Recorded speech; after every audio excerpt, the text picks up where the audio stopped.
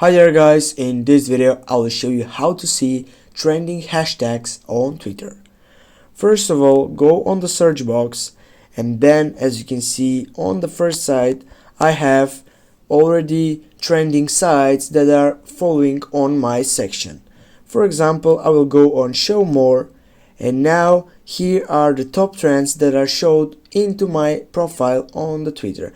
But why are these sections showing to me? This is why I have related search for example, for Putin, for Russia, NATO, Serbia, and this is also that my location is second, that is here Macedonia, and this is related topics that are taking off in Macedonia.